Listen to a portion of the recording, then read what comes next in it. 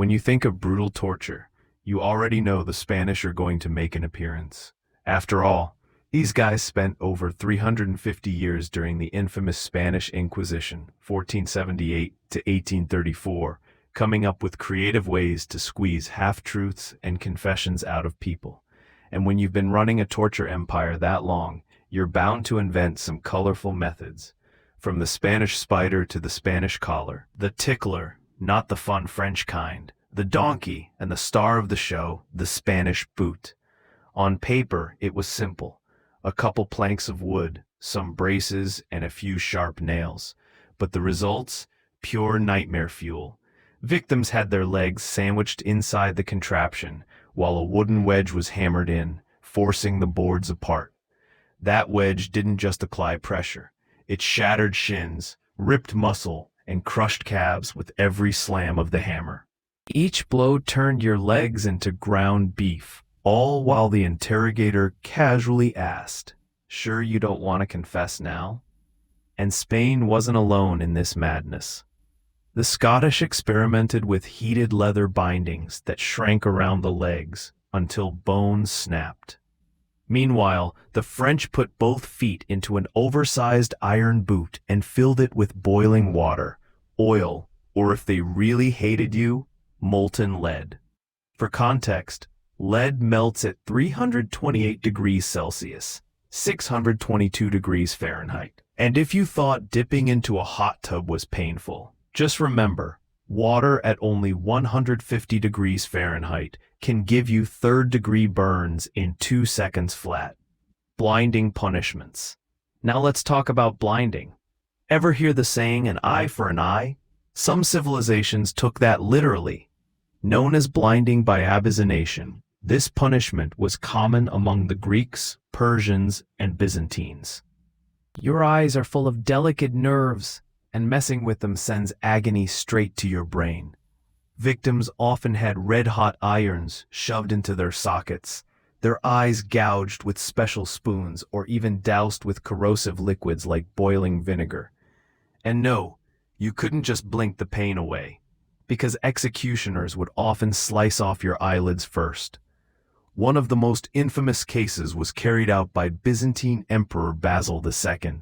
After defeating the Bulgarians at the Battle of Claudion, he allegedly captured 15,000 men. Then, in groups of 100, he had 99 of them blinded, sparing just one soldier, left with a single eye, to lead the rest home. That's how Basil earned the brutal nickname the Bulgar Slayer. The Tiger Bench, next stop, China. Enter the Tiger Bench, a torture device used during the Ming and Qing dynasties, and according to human rights groups, sometimes even today. Here's how it looked. The prisoner was tied down to a wooden bench, hands and ankles bound. Then bricks or blocks were slowly stacked under their feet. As the legs lifted higher and higher, the knees hyperextended beyond their natural range. The result? Ligaments tore, kneecaps shattered, and bones splintered. If you didn't confess, you could be left strapped in that position for days, enduring not only the unbearable joint destruction, but also beatings, starvation, and sleep deprivation. Imagine the middle school sit and reach test, except if you fail, your legs get turned into spaghetti. Sawing people in half. Now this one's the stuff of nightmares. Sawing a person in half. Although ancient Romans and Chinese usually sawed people sideways at the waist, some sadists decided it would be way more fun to flip the victim upside down and cut them lengthwise. Starting at the groin, the saw would travel all the way up to the skull. The horrifying part? Hanging the victim upside down kept the brain supplied with blood, so they might actually stay conscious longer than you'd think. But don't worry, most died of pain or blood loss before the saw hit their chest.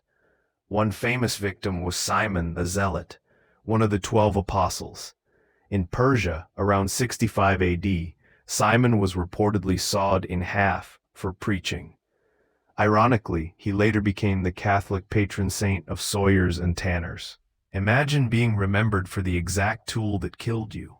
That's like dying in a car crash and becoming the patron saint of seatbelts. Nature as a weapon. Sometimes humans didn't even need machines. Nature already had the tools. Take the bullet ant and its South American cousin, the Pseudomyrmex triplerinus. These little monsters pack venom that causes excruciating swelling and cellular damage. In 2014, villagers in Bolivia tied 2 teenage bike thieves to a tree crawling with venomous ants. For 3 days, the boys were chewed on relentlessly. Chests, legs, even their most sensitive parts. One of them had to go on dialysis just to survive. Talk about a painful lesson in not stealing. Native tribes like the Apache were also rumored to bury captives up to their necks beside anthills. Thousands of stings later, the victim would be in agony, if they survived at all. Trial by ordeal, African justice. Finally, we end in Africa, where punishment wasn't always about execution.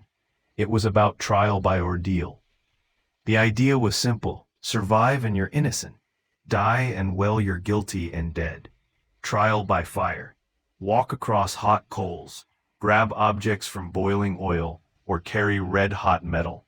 If you didn't burn, innocent. Spoiler, everyone burned. Trial by poison. Drink toxic brews in Liberia. It was bark from the sassywood tree, packed with deadly heart toxins. In Sierra Leone, they used the calabar bean, which caused seizures and suffocation. Throw up the poison, you were free. Fail, and it was game over. Trial by water. Bound hand and foot, tossed into a river. If you floated, you were guilty. If you sank and drowned, congratulations, you were innocent. Kinda. So there you have it, some of the most painful punishments humans have ever dreamed up. From molten lead boots to ant-covered bodies, from shattered knees to sawed spines. History is full of proof that we're just a little too creative when it comes to making people suffer. If you enjoyed this tour of torture, well, maybe seek therapy.